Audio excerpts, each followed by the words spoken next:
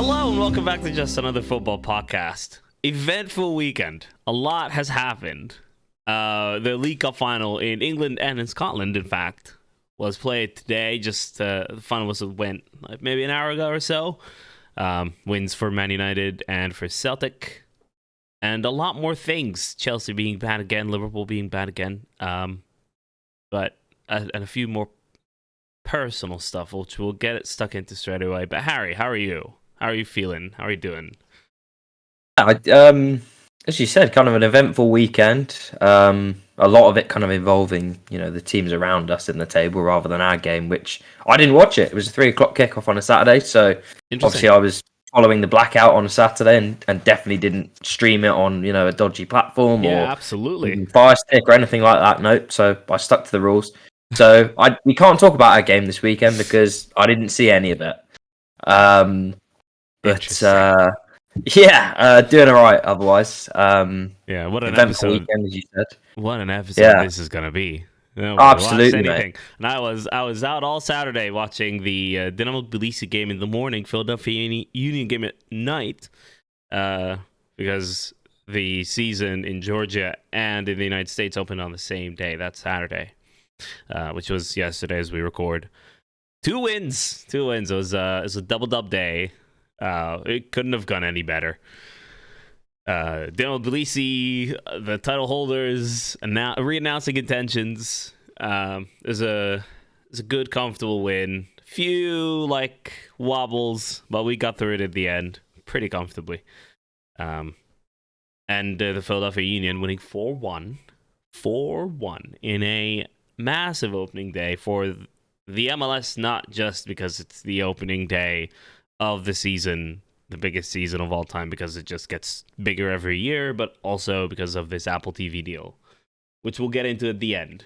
I like it, I hate it, and we'll get stuck into it more. But I had a great day yesterday. I'm under the weather today just because of how exhausting it ultimately was. The game was played in 20-degree Fahrenheit temperature or whatever it was.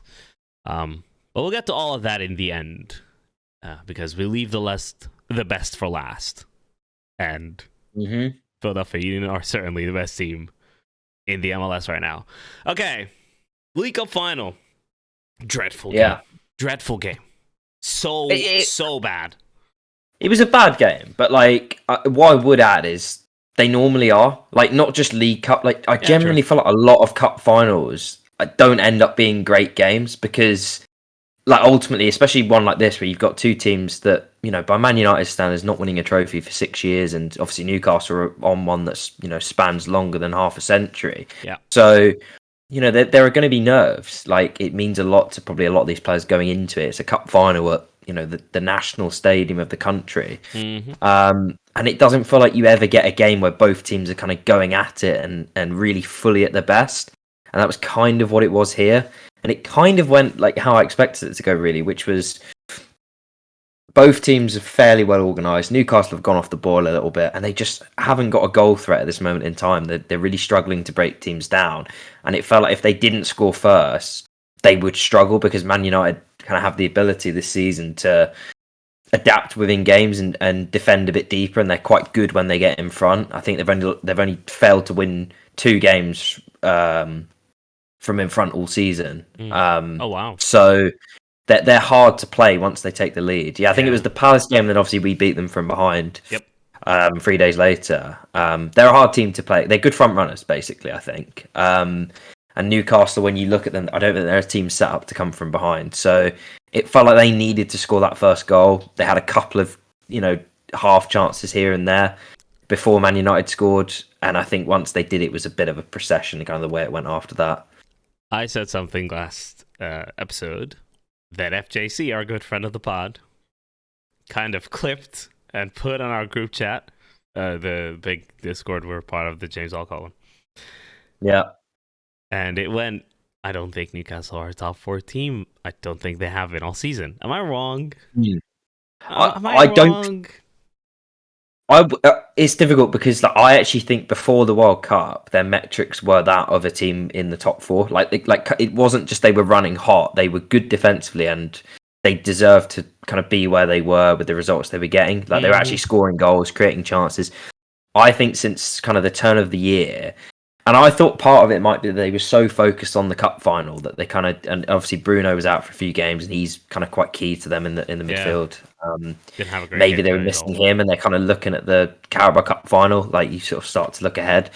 But the more I watch them, the more I think that they just struggle going forwards. Like I think when you look at their attack and you look at the attacks of the other teams around them, it's considerably less stocked with quality, quite frankly. Like they just don't have the firepower of the other teams around them to sustain. And it sounds silly because their goal difference is still very good when you compare it to the other teams in the top half. Like they are right there, but it feels like they've just been found out a little bit. Teams have worked out kind of how to play against them and reduce the kind of chaotic nature of games. I think they're very good when games become quite chaotic and physical. They're a very good physical team. They're set up to press and win duels and create chances that way. I think once teams kind of cotton on to that and maybe allow them to have the ball a bit more, and you sort of saw it in the second half, they're having 60-65% of the ball, never really threatened, and at 2-0 down, I think it's one of those times you just have to go for broke and at least look like you're going to score, and you might get sucker punched at the other end, but it kind of felt like they huffed and puffed a lot and never really had the answers, I thought, to get back into the game. But yeah, I think it's all relative, isn't it? Because like at the start of the season, no one would have pegged them for top 4. I think I had them 8th in the league, and I said 7th would be a good finishing position. Yeah, and obviously we weren't everyone had them in that sort of area. That's sort of like up the mid-table range. I thought that the best they could achieve was best of the rest.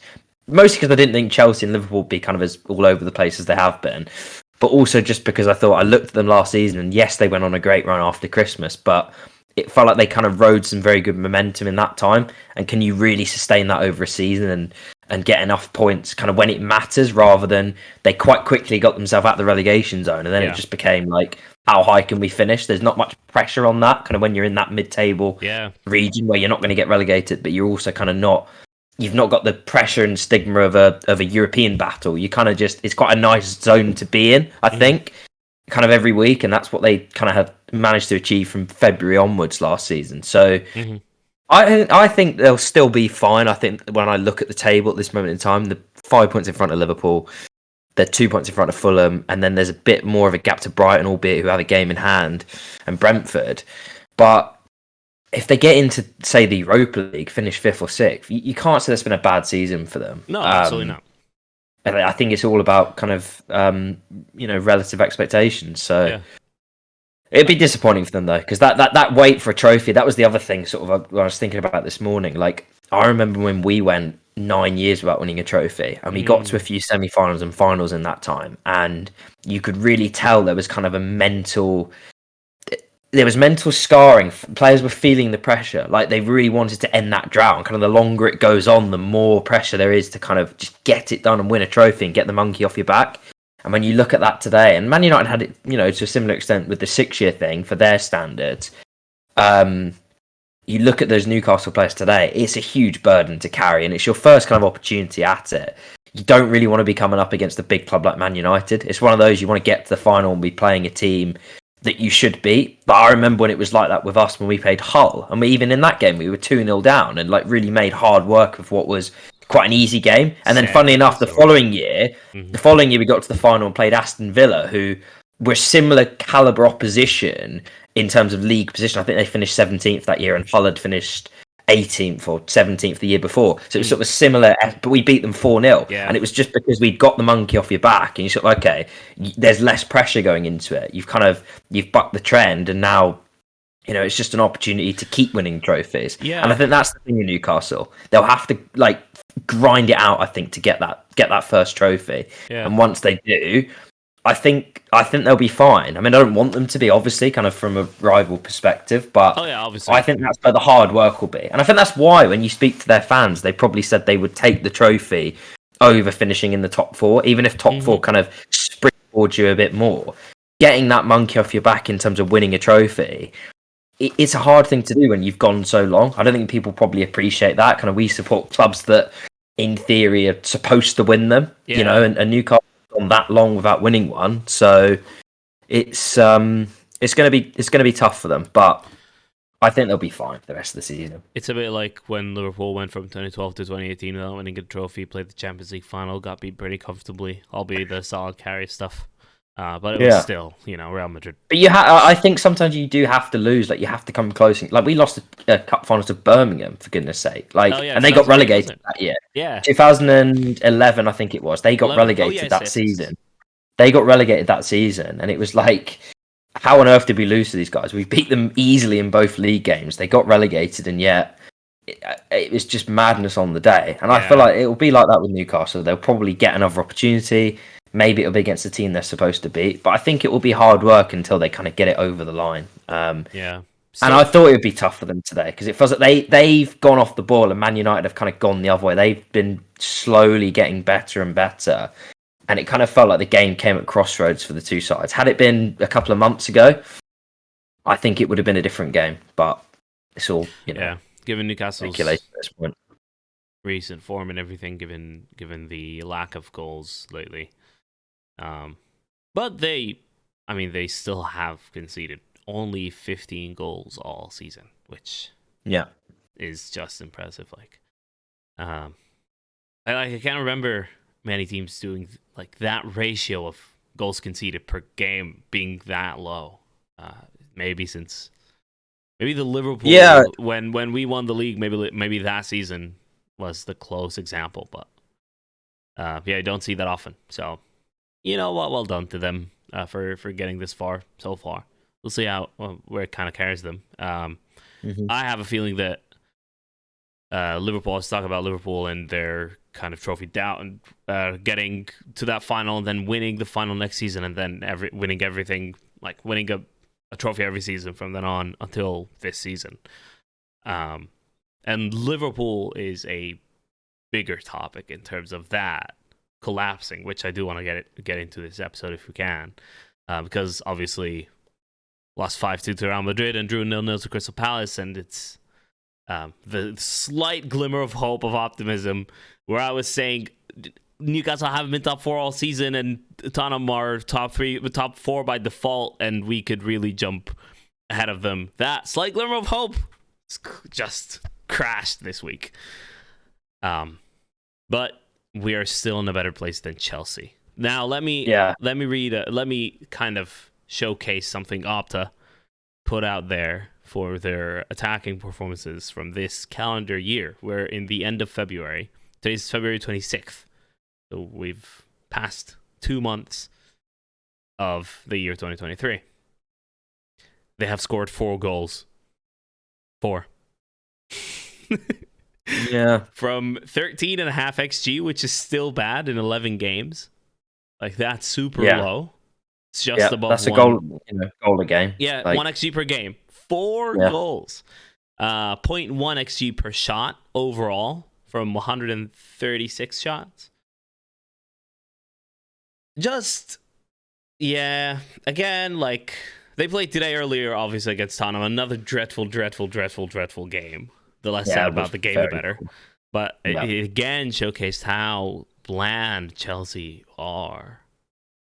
And kind of... It raises a bigger question of, like, what now? Like, what if this continues to happen? And what will happen in the summer, since they spent all of that, and I'm pretty sure they said they won't spend, again, that much in the summer, like, or any significant amount of money in the summer. So, what? Like, is Lukaku just going to come back and play for them? Like, what happens? I think... So, when I look at Chelsea, the immediate parallel, for whatever reason, that comes to mind is when we had that run under Arteta in the COVID season, where we went on and hear me out on this. It's because when you look at our metrics during that run, like, we lost a lot of games, right? When you looked at a lot of the games, they were very close, kind of statistically. Like, our XG would be equal to or slightly better than or slightly worse than the opposition each time. And you sort of looked at it and go, we've actually been unlucky to pick up as few points as we have. But the problem is, when you're getting 1 XG or 1.1 XG or whatever it is in that period that Chelsea have had per game, that is low enough over kind of a sustained period to look at it and go, okay, you're unlucky to have as few points as you do, but you're leaving it open to chance. Like if your XG is kind of equal to or slightly better than the opposition's each game, that's not significant enough of a buffer to look at it and go, we're unlucky. You're leaving it open to kind of a variance each time. And when I watched them, like, don't get me wrong, they weren't much worse than Tottenham today. Like, it was kind of and they weren't much worse than Southampton last week. And they probably should have beaten West Ham. Like, you go through all these games, they're quite tight games that they're drawing or losing by the odd goal. But the problem is they're not significantly better than whoever they play in any game of football. And I think when you're in that period and that stage, and it was exactly the same with us, and you keep losing games, firstly, like, it's obviously bad for morale because it's kind of difficult to turn that round and obviously get it going the other way.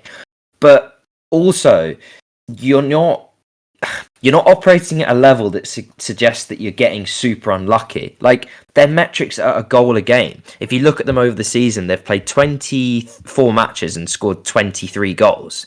You know, that's not going to get it done. And you look at the stats; they're not really that unlucky to only have 23 goals in that period. They don't create much. Like, they don't have many players that stick the ball in the net. Quite frankly, they XG per shot through 11 games is terrible.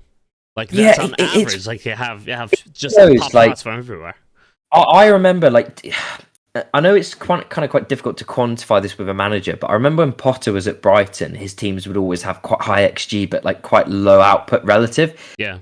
Like, is there a pattern here? Like, if you've managed two sides that keep getting these stats where you're scoring significantly less than you should be, is it a case that you're getting unlucky, or is it that actually you don't create that many high quality chances? You shoot quite a lot, and the chances you create aren't that high, so it kind of accumulates, across games, and actually suggests that there's a trend here. I think there's enough of a sample size here with Potter at this point in time to suggest that his teams really do blow hot and cold when it comes to scoring goals. Like, I think Chelsea might have a game this season where everything goes in and they beat a team 4 or 5-0. I know it doesn't look like happening at the moment, but that might happen. The problem with it is that it's not sustainable over a season to have a lot of shots and yet they be quite low quality chances kind of on each occasion. You're going to leave it open to variance, as I said before. And it feels like every Chelsea game, they could win by a goal, they could lose by a goal, it could be a draw. They don't really get hammered very often. Like, they've not been battered by many teams, apart from probably Man City in the FA Cup. But equally, it doesn't feel like they're going to go into any game and it's going to be a comfortable sort of 2 or 3-0 win. And you look at it and go, okay, they can sort of string a run together. It does feel like quite hard work for them at this moment in time. I feel like the common denominator here is that there aren't good enough strikers. Because at Brighton, they got a lot of high quality chances, I seem to remember, and the main striker was Neil Maupay, so not good there. And then now their striker, the only striker on the team, is Aubameyang, and now Kai Havertz is playing in the number 9, and there just isn't good enough attacking movement to be able to create the chances. But the common denominator is not enough quality up front, like in a striker role. And both, in my opinion, were poor recruitment choices. More so Chelsea than Brighton, obviously. But for two very different environments. However, isn't the recruitment team from Brighton the same as the recruitment team from Chelsea now? Like, I seem to remember that he took. Well, like they definitely brought some of them in, yeah. Yeah, they kind of brought a lot of the backroom staff in. They brought a few across, yeah. Obviously, we're both guessing here, or I'm guessing now, but their recruitment for me in both occasions is the main reason, really. But he has an idea of what he wants to do. Just, it needs a striker, and he doesn't have it. It's interesting looking at it, right? They've got, what is it, like 32 players or whatever it is on the books at this moment in time. And you still look at it and think they need to sign 3 or 4 more players to improve that starting 11/squad. And yet they then have mid-30s players. They've already got too many players and they need more players and they've spent 600 million. Like, I think there's a reason people don't build squads by spending this much money on this many players, giving them this like length of contract. There's a reason it hasn't been done. Like, when you look at it and think, is he the smartest guy in the room, or is there actually a reason clubs generally shy away from this? And I think it's definitely the latter. When you look at what they're actually producing, the squad they've built, what that's actually getting for them in terms of results at this point in time, it doesn't suggest that they've kind of found a way to cheat the market and be ahead of the curve. It actually suggests that they are going for a quick fix and they've got a lot of work to do, quite frankly. They do. We have a lot of work to do, Liverpool. A lot of work. a lot of work. Let's get into this now. Because I've had new thoughts. I've had new thoughts, Harry. Had new thoughts. My thoughts previously were... Go on. It's say your piece first and I'll respond to everything. Go on. No, I think I want to get your take, because it sort of feels like Liverpool had a couple of good results against Everton and Newcastle. The mood changed kind of very quickly from doom and gloom to their favourites for top 4. Well, and I feel like kind of more slight optimism. I think we more. I was saying more generally speaking, that was kind of the outlook, from the media. Definitely, it was Liverpool suddenly became bookies' favourites for top 4. The narrative coming out of the media was that they could put together a run. They got players coming back. Obviously, the Champions League titles are coming. I feel like we urged a bit more caution when we spoke last week. It was that these have been 2 good results, but even in those games, like, it's not been the Liverpool of old. It's been some good play. Like, the goals against Newcastle were good goal. They were well created, like bits of quality to set them up and good finishes. But the overall performances, like particularly the Newcastle one, like when I looked at it, it was way too chaotic for 11 against 10. And I know I'm not saying Newcastle are a bad side, because like they are difficult to play against, even if they have kind of gone off the boil a little bit. But the Liverpool of old would have won that game 3 or 4-0, and they wouldn't have got a sniff in the game. Newcastle it would have been bad enough being 2-0 down after 20 minutes or whatever it was, with 11 men on the pitch.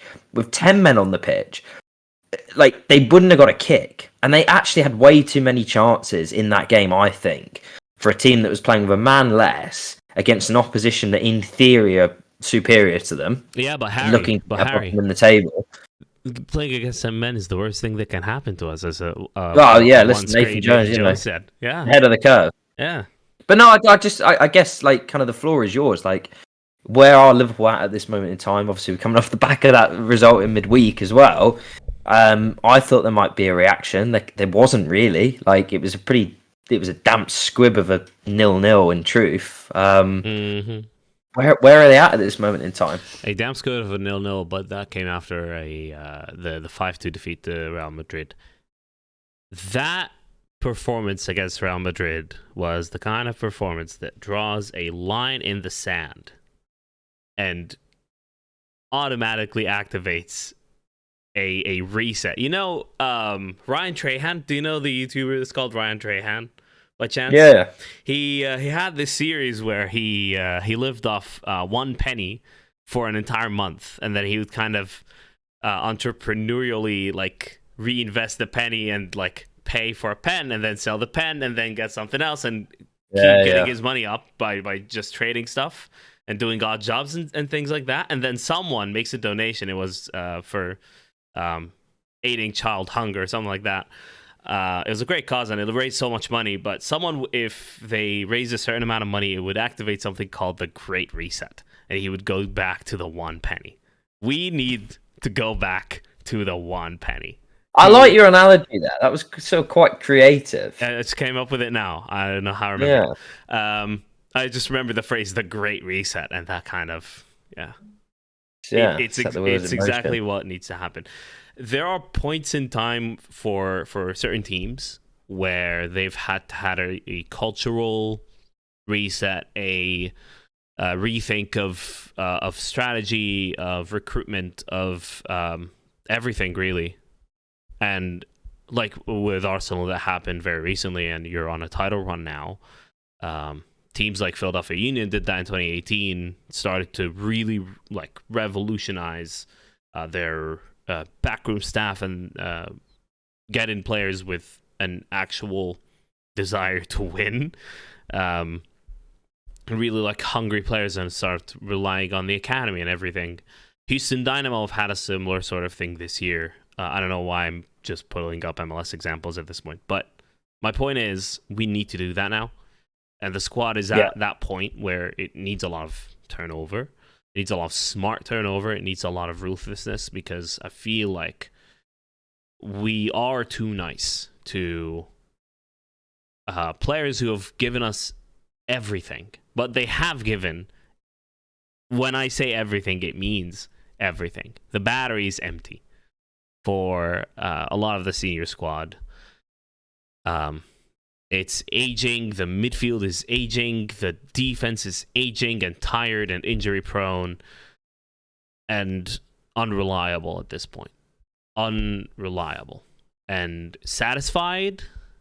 And I feel like with other little things as well, operationally and in terms of like fan services and the experience at Anfield and stuff like that. I watched a video of Ellis Platten, and that's one sample, one video. Someone went to Anfield to experience some sort of VIP thing, and even he said, I didn't feel like I was at a game of football. Like it's so bland, and that I feel like it's also like it relates to that level of comfort at Liverpool that, oh, we're successful, we're big now, we don't really need to do much. I don't know if it's a psychological thing of, you know, let's just keep doing what we're doing because we've been doing fine for years and years at this point. The problem, I think the biggest problem is the ownership situation, not just from an FSG angle, but from the uncertainty of what they really want to do. Yeah. Because a couple of quotes emerged over the last 2 weeks that were like, okay, we're not going to sell. And Liverpool is a really good source of growing revenues.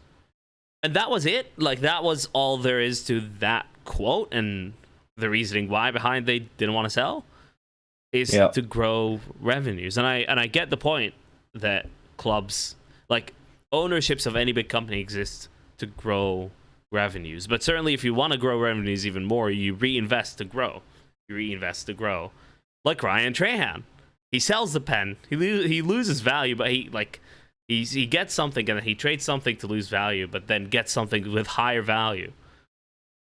And then he spends money on his necessities, like he goes to McDonald's, and then he loses money, but he needs to keep operating so he doesn't get tired and hungry, so he's able to work more. That's just how life works, right? And it should be how any footballing institution works. If you want to grow revenues, you need to reinvest what you have to grow. We're not doing it. This is a basic business concept that FSG don't seem to do.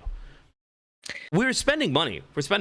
I'm not saying we haven't spent 120 million pounds on forwards over the last 18 months, but it's being spent in the wrong areas, and we don't have a recruitment department now that is interested in operating.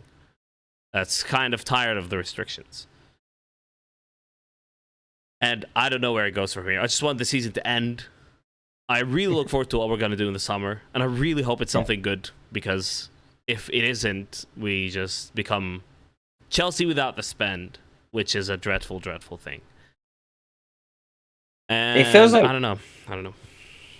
For a few years, Liverpool have been kind of the barometer and the case study for a lot of clubs. If you're sort of looking at it thinking, okay, well, their recruitment model has been this, and this has got them to, into the position they've been, and they've kind of been able to break out and actually, challenge the likes of Man City and Chelsea and even Man United with the revenues they generate. Like, it's difficult for clubs perhaps like Arsenal and like Spurs and obviously like Liverpool that are kind of more reliant on self-sustainable methods of operating to compete with that. And they've shown that they've been able to do it. And for so long, their kind of recruitment and what they've been able to do has been the example to other clubs. But I actually think they'll end up being a case study in the next few years for different reasons, which are, you can't rest on your laurels. You can't get complacent. You can't think that the grass is always going to be greener when you've got it good, because it isn't. If you stop in this league for even a second and you rest on your laurels and you don't look at ways to improve the team and keep evolving, as you've quite articulately put there, you will get left behind. If a side that can get to the Champions League final, come within 2 points of winning the league and win both domestic trophies, can go from there to this season, they're kind of nowhere. They're in the wilderness. If it can happen to them, it could honestly happen to anyone. And I think it's a lesson that other clubs will heed quite dearly, really, because Hopefully for them. If you don't continue to, well, I mean, from your perspective, hopefully not. But like when you look at it, like they have had it so good, and it's almost like they've kind of bought into their own hype and just thought, well, we'll just keep doing what we're doing. This group of players is great, and they'll kind of be here forever. And it's like, well, no, like you didn't get to this position by just sitting back and letting things run their course. Like you have to always be looking at ways to improve and evolve the team. And it's not to say, as you said, they have spent money and they've brought in, you look at the attack, for example, they have tried to kind of evolve from the three that they had into, obviously they brought in Jota, they brought in Diaz, they brought in Gakpo and Nunes this season. And like, not every signing can be a success, right? This is the other thing. You are going to get, maybe they had a hit rate that was maybe not proportionate with reality. Like you are going to get some signings that you bring in and they're not all going to elevate you to title challenging level. You're going to get some come in and just don't quite work for whatever reason, and maybe they're kind of seeing that happen to them all at once at this point in time, where they've brought in a few players and at this moment in time they aren't where they want to be. But in other positions, and we keep coming back to it, in that midfield, as the age profile of it has continued to grow year by year, and that was the bedrock, I think, for the way that they've been able to play. I know that obviously they brought in Van Dijk, they brought in Alisson, and the attack is the attack. But the bedrock was always, for me, the functionality of the midfield that set the tone and allowed the other players to play the way they do, particularly going forwards. The fullbacks and the front three are able to play as high up the pitch and make as much happen in attack because you've got three athletic, hard-working, tenacious, whatever word you want to put to it, midfielders that do that side of the game. And simply put, those guys at this point in time can't do it. They just don't have the legs for it after, years and years of hard running. And, last year was a very, very intense season. Yeah. I think it was, in hindsight, naive to just think, we'll just go again. We'll just do that again. We got all these players. We'll keep pushing them to, absolute maximum, empty the gas tank, and they'll keep being able to produce it, because I think mentally and physically it's been so taxing on them. And it has. you need to evolve. You need to give these guys, quite frankly, a breather, and have other players that chip in and are able to help you operate at the same level consistently. And they've not done that in truth, and that, I think, that at this moment in time is kind of the assessment of it. Very true. I have nothing else to add. It's just let's wait and see at this point. But the season is over. I still think there's I that's the only thing I disagree on. I know it doesn't feel like it, but you can still get top four. You've still got to play Spurs. Spurs are patchy. Like, there's a good result for them today. This isn't me being bitter. Like, if they get top four, they deserve it. But when I look at them this season, they've played 25 games, they've lost 8. That's a third of their games they've lost this season. Mm-hmm. They've been quite uninspiring. Like, there's nothing I see in Spurs and look at and think Liverpool won't be able to catch them, because they're very catchable. They're pretty poor team to be fourth. Like when I look at top four in kind of seasons gone by, I'm not saying the fourth place team is always brilliant. Yeah. But this Spurs team, Kane aside, who's obviously having a great season, like he's been fantastic. He's kind of probably one of the only reasons they are where they are. Yeah, definitely. Liverpool can catch them. Liverpool beat them in the game early this season. They're not markedly worse than Spurs. They did the double over Newcastle, who are above them in the table. They're not markedly worse than Newcastle. It's just they haven't quite found that consistency. Let me just say, the Newcastle, with context, that we shouldn't have won the first game. Yeah, possibly. But I think for you, Ali, like your standards are, and quite rightly have been, operating at the level that Man City are at this season and have been, and we're at this season. Even Man United, we didn't really speak about them, but like they're in a good groove at the moment. They're doing very well, and that's the level you've been at. But what I'm saying is, you don't have to be at that level to get fourth place this season, and then you could probably kick on from there and go, do you know what? We got it wrong last summer. We didn't do enough. We haven't done enough in the last couple of years. That's the window where you need to have a good summer window, because if you don't, I think your fans will be looking at it and thinking, well, what did we wait for? Like, why did we essentially waste a season? Because it feels like you've kind of wasted a season this year. And look, that signing may and probably will happen, but like, if it doesn't, I think there's such pressure that signing, it's a bit like Arsenal with Declan Rice now. And I know we're having a great season, but we didn't get anyone in this window, and it feels like all your eggs kind of go into that basket. And if that doesn't happen, you look at it and go, well, Like, what were we doing? You know, like, why couldn't we get something done earlier? Yeah. And it'll be the same for Liverpool. Like, if they don't get Bellingham, it'll be, well, why on earth did we bring in, what was it, Arthur Melo on deadline day and nothing else? Like, what was the point in wasting the season? So, Yeah. I don't know. Like, I get you being doom and gloom. I'm it's not hard. exactly doom and gloom. I don't feel that we have enough. Sick of this season. I'm sick of the season. That's first. Because it's all relative, isn't it? Like, if you hadn't been as good as you have been last year and in years gone by, oh yeah, definitely. It probably doesn't feel like a disaster. Apart from us being top, Tottenham's season doesn't feel like a disaster because that's kind of the level they usually operate at, which is scrapping for top 4. Yeah. Expectations change what then becomes a really awful season. Like, Liverpool could still get 4th, but it would feel like a bad season. It will be a bad season because we're like, success to us now, given what we did from the period of 2017 to 2022. A successful season is a season where we win at least one trophy. Like, that's the reality now, and we haven't done that, and we haven't done that because of recruitment errors, like big recruitment errors that are completely avoidable, and wide, like, spread fan discussion warned of that. And it's only fan discussion, but it turns out the fans are right, you know? That is why I'm really negative about Liverpool. I am. Do I think there is a chance of a top 4? I do think so. Not big. Not a big chance. But there is. But I think the main reason why I'm this negative is that all of that was avoidable. And we could have had a much, much better season if it weren't for just very avoidable mistakes and more action, more proactivity, more people doing their jobs, man. Mm-hmm. You know? Yeah. I don't know. No, I get it completely. Liverpool, and everything is relative. Like, I'm speaking as if it's like there are clubs out there in the pyramid that are like barely existing. Like, it's all. I'm spoiled. Like, boo-hoo, we're 7th in the Premier League. No, we all are. We all are. It's all expectations, and it's relative to that. Quite frankly. Exactly. At least our neighbors. Down the other side. I thought you might somehow get that one in there. To be fair, they're going down, aren't they? They're going down. I'm very reluctant to say it because we've got them in midweek and they've already beaten France.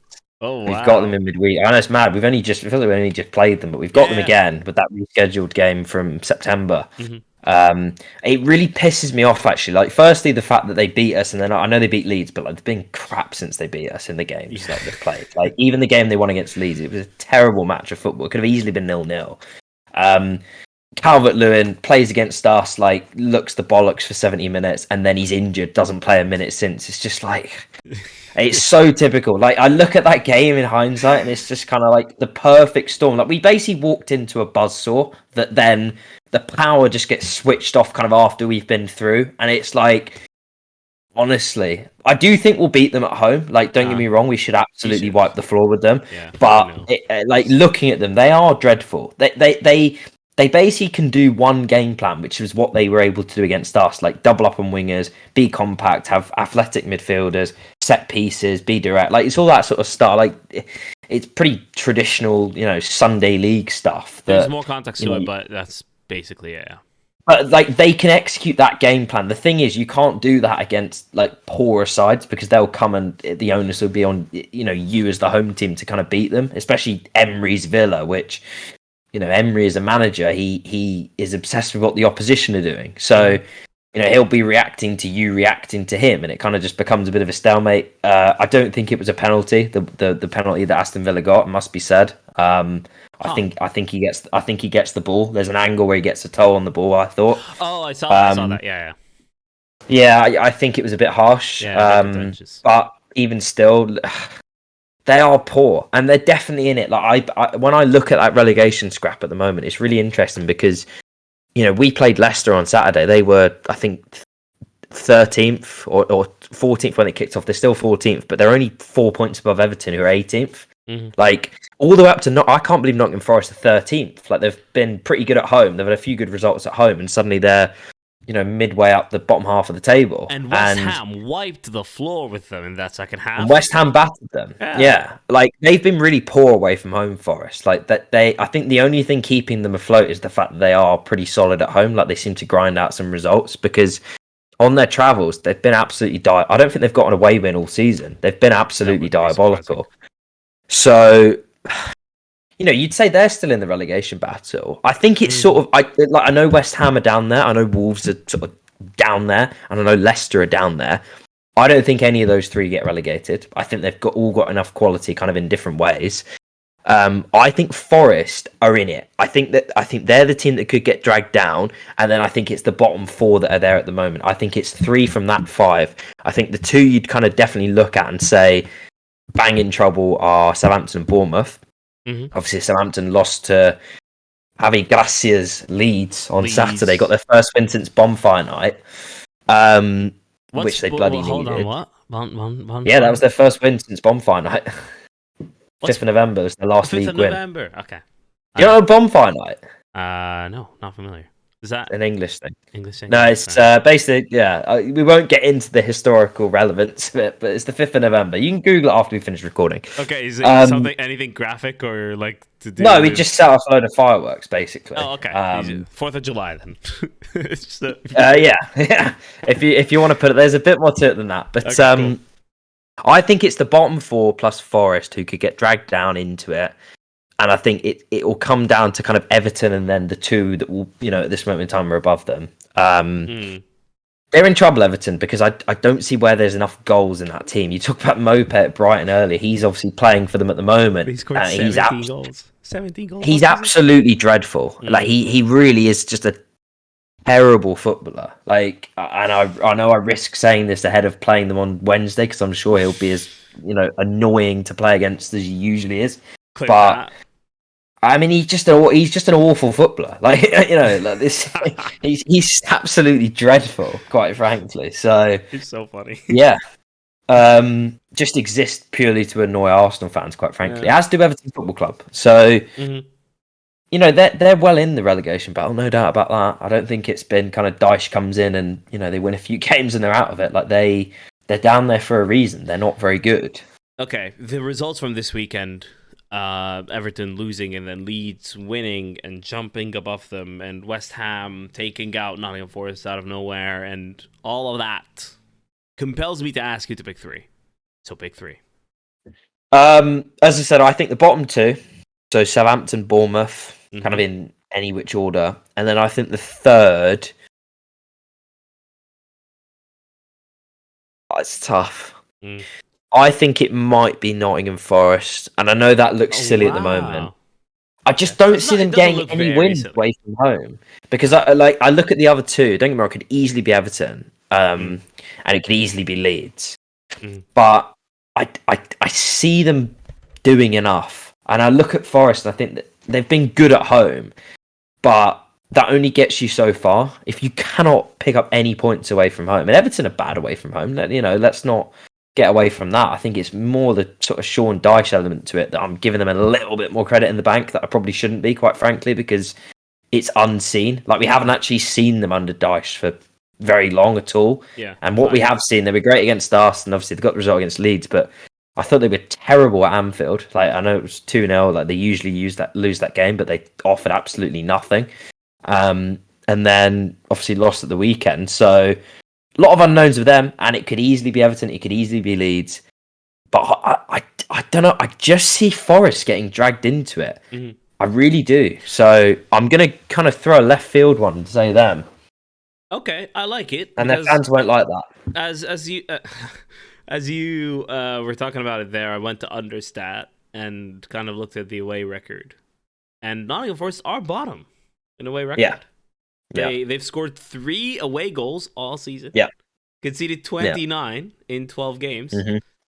Gathered 6 points from a win and 3 draws.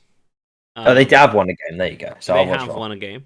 Who did they beat? I can't even. Honestly, I couldn't even tell you who that was against. I don't know. It's probably one of. Had it in my head they hadn't. Yeah, I mean, I had it in my head they hadn't won an away game, but even still, worst away record in the league. I mean, it only gets you so far, quite frankly. Yeah, but I will say that Oh, they beat Southampton. There you go. They beat Southampton Okay. in January. Yeah, I mean, we didn't beat Southampton, so I suppose I can't give them that much stick. But Sure. you know. Leeds, West Ham, and Everton have all also won just one game away from home all season. I've basically not said Everton, Ali, if you haven't cottoned on yet, because I'm wary of jinxing it for Wednesday. Yeah, and if you'd asked me on Wednesday who's going to get relegated, I wouldn't have said Bournemouth, because we've got Bournemouth on Saturday. So it really is just kind of... Yeah. So, I mean, we've still got to play quite a lot of the teams at the bottom at home, so we can have a big say in this relegation battle, quite frankly. You could. But yeah, I'm still going to stick my prediction. I don't rate Forest away from home. I can't see how they get many wins at all. Sure. And I think they could get dragged into it. I'm going to say Southampton, Bournemouth, and Everton, which feels easy to say. That's completely unsurprising. It feels easy to say, but Everton are bad, man. Everton are bad. Leeds, it's partly that Everton, I think, are the worst team, and partly because new manager bounce, and partly because there are a lot of Americans in Leeds, and we need the American. Any words on Aaronson's performance this weekend? No idea. I didn't watch. I'll ask you. Okay. I know he got something, and then they immediately scored. Yeah. Anyways, he's my boy still. He's my boy, and I'll support him to the hilt. Just like Fergal supports Tammy. Oh wow! Look at that transition. Love very smooth. Tabs on Tammy. It's a shame he's not here. It's a real shame Fergal and George aren't here for the Chelsea slander that was thrown onto them. Okay, so the tabs on Tammy, it's not really changed much. Roma are third. They've been kind of between fourth and third. They're solid, but everyone is so far away from Napoli that there's nothing else. Yeah, it's become a procession. It's a procession for Napoli. Napoli have just won again, but they have won against AS Verona and got a 2-0 win against Salzburg in the Europa League. Beautiful goal from Paulo Dybala there. Love Dybala. But Inter lost 1-0 to Bologna, and they are still second, which doesn't feel like Inter. When I thought, before looking at the table, I was wondering where Inter are at, having seen the result. And I thought they would be something like fifth. And they're second still. It's because everybody else is dreadful, and Napoli are so... It's a poor league at the moment. It really is a poor standard. Apart from Napoli. Bundesliga. This morning... this morning, Harry, you were saying on that James Hawk on Discord, how I keep bleating on about Uni Berlin. And I just wondered if you got anything to say about them today. I was really hoping they win against Bayern so I can do it again, but they lost 3-0. It's going to be a procession for Bayern at this point, right? Well, listen, I never said anything. Cool. The other fascinating thing is Borussia Mönchengladbach, who won against Bayern 3-2 and then lost to Mainz 4-0. What? See, he's yawning. I mean... He's yawning. No, I'm not yawning at that. I'm yawning at perhaps it being a procession. I do find the Bundesliga interesting because the results are just a bit bonkers. You described a couple in the last few weeks. Yeah. I find it a more interesting league than something like Serie A, I have to be honest with you, just because some of the teams in there are all over the place, and it kind of makes for good neutral viewing, the way the games are played. Yeah. But in terms of overall quality, again, I thought Leipzig put in a decent showing against Man City in the Champions League. They probably did better than I thought they would do. Obviously, Dortmund beat Chelsea, so maybe I'm kind of not in a position of strength to be talking about the German league in comparison. But poor results in Europe overall. The first at the Premier League at this moment in time. Obviously, two of the best teams in the Premier League aren't in the Champions League; they're in the Europa League. So it's it's probably not the best reflection of the league at the moment, the way the English teams are sort of performing domestically. But, I could still see one of them winning it. Not Spurs and not Chelsea and not Liverpool. So, definitely. I could still see one of them winning it. Yep. Yes, Man City. Cool. Yeah. There was something we did. It was something on Matt. can't remember what the word was. It was a really weird kind of word, but it was something on Matt Doherty. So we can kind of take a look at his performances. And we still haven't come up with a name yet, but we don't need to because he's had 4 games with Atletico Madrid all on the bench. He's played 0 minutes so far. I'd say four great bench warming performances. Yeah, but they're sitting in 4th, 2 away from Real Betis or 5th. Sure. Rayo Vallecano's 6th continues to be a great story, I suppose. Although they have like 1-7, drawn 7, lost 1-9, drawn 7, lost 7. So yeah, not the best record. Yeah. Scored 29 goals and conceded 25. Like, this is a very mid-table kind of thing, which tells you about the unpredictability of the results, I suppose, in that middle pack. But they're having a relatively good season compared to the rest. Barcelona lost today, actually, to Almeria, 1-0, but are still 7 clear. So no panic there. Also, I wasn't especially impressed with them in the 2 Europa League games against Man United. I thought Man United were good, but I thought Barca were quite poor. Like, the one thing that's obviously been a facet of their season in La Liga is how few goals they've conceded. Yep. And I sort of watched the 2 games and thought, well, I'm not really sure how that is because they don't look especially great at the back to me. But I can't argue with the record. I mean, 8 goals in 23 games is obviously very good. Yeah. But yeah, I don't know, it's just a strange one. Like, obviously, watching Real Madrid are just bizarre. Like, when they hear that Champions League anthem, it's kind of like they become a different team. Yeah. But like, looking at that, and then you watch Barca against Man United over the 2 legs, and you're just like, how on earth is one of these teams 7 clear of the other? And obviously 10 before this weekend. Because Barcelona hear the dreadful Europa League anthem and just it demotivates. But they did get groups in the Champions League as well. They're struggling financially. They obviously pulled all these economic levers, to try and get them, further in Europe. That was the whole kind of objective with it. They needed to go so far, and they haven't done that. They've actually gone out of the earliest stage, I think, with 30 years. I heard someone say when they went out to Man United, because they went out before the round of 16, which in any European competition. So yeah, pretty awful from them. But I don't know, they're still doing well in the league. You can't argue with that. Horrible. Okay, so the MLS season started, as I mentioned. We're getting into the final phase of the episode, and Short King of the Week is coming up. But before that, I'll let you think about the Short King of the Week. I have my pick already.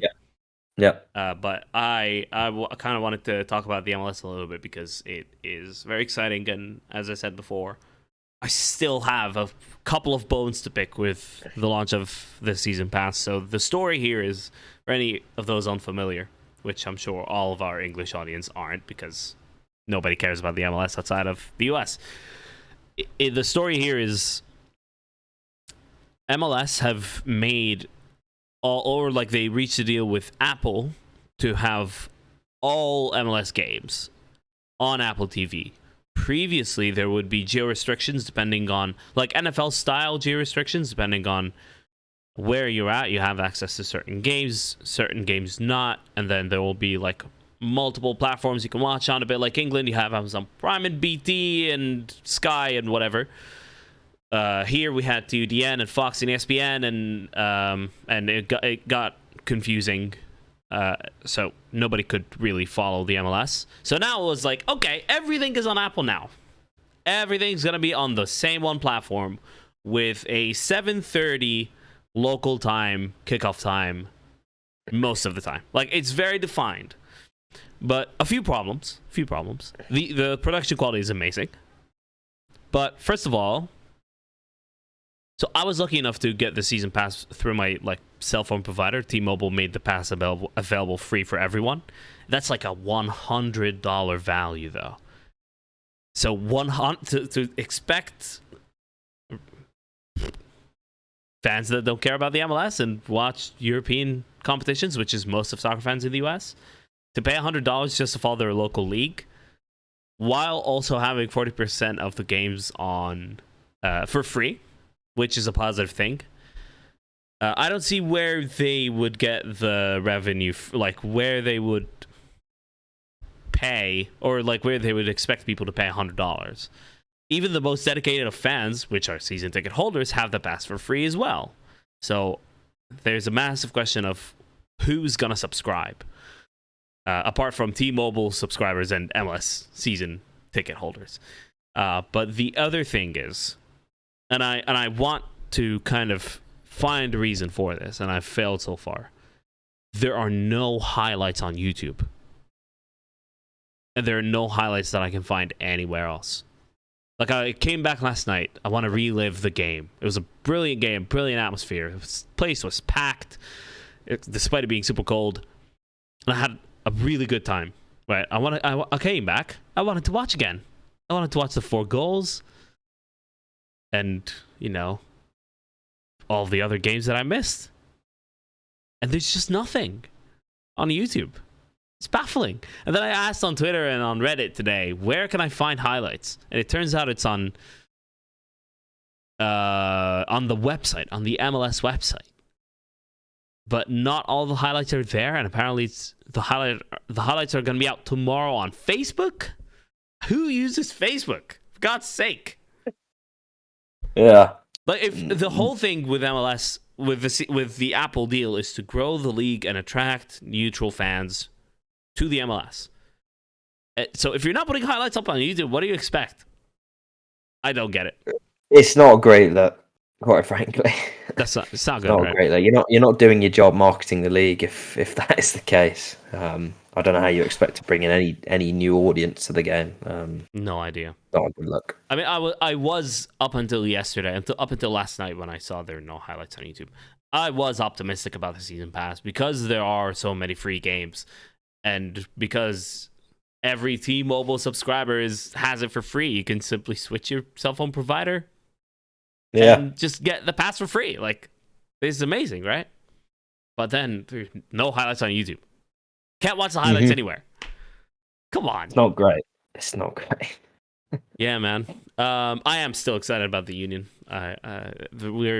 We came back. I was a little bit afraid of the defeat in the MLS Cup final. I don't know if you remember, but it was when Gareth Bale scored the 3-3. Gareth Bale with a header. Yeah. Yeah, and then we lost the penalties. Yeah. I was wondering about the psychological aspect of, overcoming that, but we are mint. We're still so good. And we made Good to hear. Yeah, one of your teams is doing well. Yeah, at least one of my teams is doing well. And another one of my teams, Dinamo Tbilisi right now, who I started video scouting for recently. They're doing quite well too, because we also won the opening game of the season. So that's good. My shocking of the week, though, is a great story. Joaquin Torres, the 5'5", shiny, bright, new talent in attacking midfield for the Philadelphia Union. Normally, we don't buy wingers because we play a diamond. Joaquin Torres is the closest thing to a winger that we've played. He can play all across the front three. The first thing he does, and I would encourage everyone watching this episode or listening up to that point to watch the goal. Go and find yourself the goal. I know it's like you find it on the socials of Philadelphia Union. The first thing he does, comes on, the next pass is to him. He turns away, takes the first touch away from the defender. Defender catches up with him. The defender is 6'6". Joaquin Torres is 5'5". That just makes it even better. Joaquin Torres holds him up, holds the ball up with his back, and then kind of turns away, swivels around the defender, so it gets away from him. Midfielder Darlington Nagbe comes across, and he immediately sees him, and 360 Zinedine Zidane turns him and opens up the space for himself. So he turns and finds Julian Carranza, our striker, already on a goal. And then it was just the perfect pass. It couldn't have been any better. Julian Carranza didn't have to do anything at all. Didn't have to break stride. Just needs to hit it one time across goal. Fires it bottom corner. It's 4-1. Brilliant goal. One of the best I've seen in that stadium over the past year, because I've been with them for a year at this point. Just beautiful. And I was right behind the goal. It was such a privilege to witness. He is, to me personally, I know it won't be for you or for Fergal or George or anybody else, the most worthy short king of the week so far. To me, All right, personally. you know The what? king I of can't short follow kings. that. You should have let me go first because like genuinely, I hadn't thought of one. But like even if I had, how do I follow that? Like you've got some 5'5" guy holding off a 6'6" guy putting a It's goal on a glorious. plate. What more can you ask for? Like quite frankly, It's so it's good. if that's not worthy of being crowned short king of the week, then I'm not quite sure what is. So Joaquin Torres, congratulations, you've done it. Congratulations, Joaquin Torres. Well A done. beautiful debut. More to You've come, done I'm it. sure. Absolutely. And yeah, beautiful 4-1 win to kick off the season. Brilliant to see. We went 1-0 down, actually, and it was quite tense for a little while.